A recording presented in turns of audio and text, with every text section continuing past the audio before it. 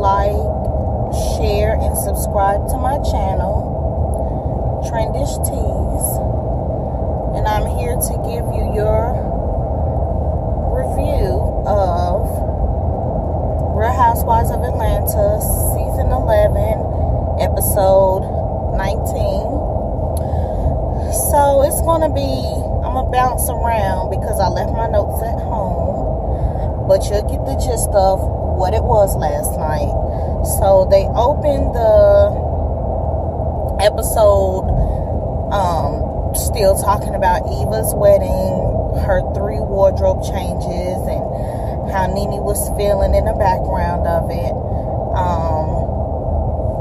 They show that Eva went to Greece for her honeymoon,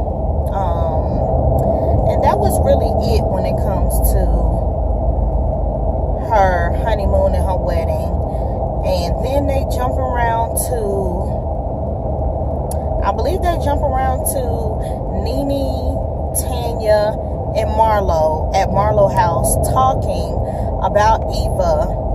And apparently Eva fell out with a bridesmaid, and the bridesmaid contacted Marlo and told Marlo a whole bunch of Eva's business. Eva put the girl on speakerphone. The girl called and told them that's not Eva's house. She had financial problems. She had credit problem. That Eva take care of her husband, so forth and so on. Tanya really wasn't with the shit. She was saying that it was messed up and she don't want to be a part of it. Nene was shocked. She didn't know what was going on, but they all made a pact that Nene would be the one to go back and say something to Eva, since her and Eva's the closest. And I mean, it don't surprise me when it comes to Marlo. It seemed like ever since Marlo and Eva got into it on the bus, I think that was in Tokyo or Japan, they was somewhere, and Eva and Marlo got into it, and Eva ripped Marlo to shreds. Nobody has ever talked to Marlo that way, and Marlo wasn't liking it. So it seemed like ever since then, Marlo been trying to catch on to any piece of tea revolving Eva in it so she could spill her tea. And so that was typically it for that. We have Candy and Todd talking to her mama and Riley about moving forward with the surrogate. Riley is still not going with it. She's saying that they don't have enough time for the kids that they have. Her mama is basically saying, you know, regardless on what her and Riley think or feel, they gonna do what they want to do anyway. And Candy is like, yeah, pretty much. So that's what that was. And then we have Eva and Candy meet, and they just going over what Eva's been going through. She just got back from her honeymoon like the day before, and she's telling her how they are going to move within the next couple of days. Candy is like, you know, everything happened at one time, you know, something don't sound right that she's moving like this. So then Eva gets in telling Candy the whole story about her getting into with her bridesmaid. Her bridesmaid choked out the event planner and everything went to shit, and basically saying now the friend or ex-friend bridesmaid is going back, you know, telling lies on her financial, you know, information. And so Eva's just basically saying, you know, it's just a lot going on, and Candy just listening. So then we have Portia and Dennis. This was a short little scene. They go check out her friend's house that she had a photo shoot before, that they going to have the baby shower. Of course, Portia wanted something extreme with cheerleaders and all this other stuff when she first said something, but now she's saying that she wants a carnival. She don't want blue, she don't want pink, she just wants something fun. So then they go with the event planner, go look at the friend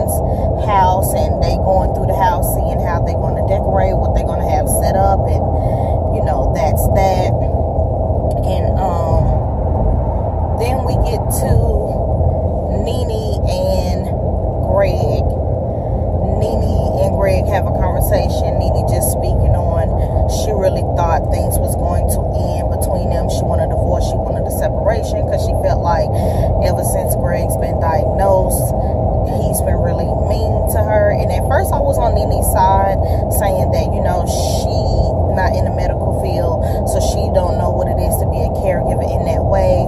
She's used to her coming and going as she please, and Greg following with her. Nothing is holding her back. So I was, you know, a little sympathetic for her, like, you know, poor Nene, she had to rearrange her whole life. You know, of course I'm looking at it like Greg is in a worse situation, because in the back of his mind, he might not make it. But, you know, the same things that's going on for him, she's feeling the same way. You know, they've been together for so long, so it's like, you know, just as much as he's worried in the back of his mind, she's worried in the back of her mind. But she feel like he's been extremely, you know, rude. But then I remember she made a comment saying he was kind of rude and nasty to her before he even got diagnosed. So maybe this is just, you know, a whole deeper situation that's going on, and it really don't have nothing to do with him being sick. It's just a coincidence that all of a sudden he's sick. But if I'm not mistaken, I remember her saying that this was going on before he even got diagnosed. So I don't know. Now I'm to the point that I'm not sympathetic for Nene, because Nene, at the end of the day, your husband is sick. He just wants some support. I'm pretty sure he's not being mean intentionally, regardless if it was ever since he got diagnosed or anything like that. He has an aggressive form of cancer, so he might not have been, you know, diagnosed at the time, but clearly he had it. So I don't know if that changed his mood or whatever the case may be. But now I'm just looking at it like Greg was sitting there saying, you know, I want you in my life. I apologize for being rude and nasty and mean to you. I'm not doing it, and I'm humbly coming to you, you know, letting you know that I'm sorry. And it's like, here's another act of selfless from Greg, because Greg is the one that's going through this. Meanwhile, he's trying to keep Nene happy, and I feel like it should be the other way around. But you know, whatever, they married, so they know how each other is. So maybe he feel like she need that little push, she need that little motivation from him, whether he's sick or not, you know, whatever. So that was the end of that scene. So let's get to the scene. Candy had like a soft opening for her second OLG restaurant, and she invited the girls, and Eva gets there, Tanya gets there. Tanya take it upon herself to go tell Eva what's going on, which I think it wasn't her place. And I understand where she was coming from. Like, I just can't be fake and phony sitting in anybody's face. But she knew Nene was coming. She knew Marlo was coming. She could have waited, and you know, that's that. But she took Eva outside and told Eva a little bit of the story that was going on. Eva got mad, wasn't going forward. She came back in, grabbed her belongings, and she was like, she's out. By then, Nene came trying to figure out what's going on, and she found out that Tanya went back and told her, and she was mad. She was like, you shouldn't have went back and told her. We agreed that I was going to tell her, because now she's going to think that I'm just sitting around talking about her and not being a good friend because I didn't come tell her first. Tanya was like, you know, I apologize. I just felt like this is something she needed to know ASAP. And come to find out, when you look at the flashback confessions, Tanya had already told Cynthia. So now I'm looking at it as an, I don't know your motive, because if you already told Cynthia, my thing is, if you feel like you don't want to sit in nobody's face and be fake and phony, that could have been a phone call that you could have did to Eva before they even got to this dinner. Why would you get to the dinner and wait and try to embarrass her? I understand you took her, you know, outside, but of course, you know, you didn't wait to tell Cynthia, which is putting more people in the business, because Cynthia could have went back and said something to somebody else, and they still would have got back to Eva before you had a chance, and Eva still would have been mad, saying, well, you know, y'all bitches sat around while this woman, you know, bashed me, and y'all ain't call me, you know, blah, blah, blah. So then, again, Eva left, basically saying, I'm calling my husband, I can't believe this. Marlo come trying to figure out what's going on. She finds out that Tanya said something. She like, well, why would you say something? It wasn't your place. You know, Tanya did apologize. She just looked at it from a different angle. Like, I can't sit and be fake and phony. It's horrible that people are spreading these lies. So Nene gets up and call Eva just to make sure she's okay. Go outside and talk to her. Eva's like, you know, I respect you enough that I'm sit on the phone and talk to you, and I respect you enough I'm gonna come back and talk to you, but I don't want any cameras. I don't want no mic. You know, blah blah blah. The mic was still on, and you hear Nene and Eva talking. Eva basically saying that this situation is deeper than what the bridesmaid is saying. The bridesmaid is coming at an angle that she's broke, she got this in other people's name. Eva's like, no, basically my baby daddy is a damn Looney Tune. I got a protective order against him. We move from place to place, and we have some in alias names because he tried to find me. And one time he was standing outside of her house in the dark and seen him, and it scared her. So now when they move, she makes sure nobody else have her address. She makes sure that it might be in someone else's name. So the way the bridesmaid's trying to spin it like it's in somebody else's name because she had bad credit. And I believe Eva. I think the girl is the bridesmaid is on some phony hating shit. Maybe she took the wedding planner side more than she took her side. But with her just paying for, you know, this wedding and paying to go to Greece, I'm pretty sure if Eva did have bad credit, it's nothing for her to clean it up. It's nothing for her to pay anything off. I mean, how much bad credit can she have? The fact that all she had to do was one gig, I don't know what gig that was, to pay off the $50,000 she was over for her wedding. So I'm pretty sure whatever's on her credit, her husband's credit, her kids' credit, she have the money to pay for it. So I kind of believe Eva. So Eva decided to come back into the party and basically tell, you know, what I just said, that it's because of this, it's because of that. Marlo, she came to you because she knew you was going to be the one to carry the bone.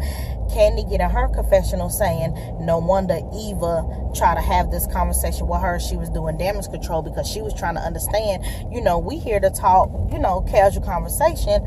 Out of nowhere, you just come tell me this situation with your bridesmaid and the rumors, and now I see that she was trying to do damage control, which she probably was, but you know, that was that. So Eva was just basically saying she don't owe nobody no explanation.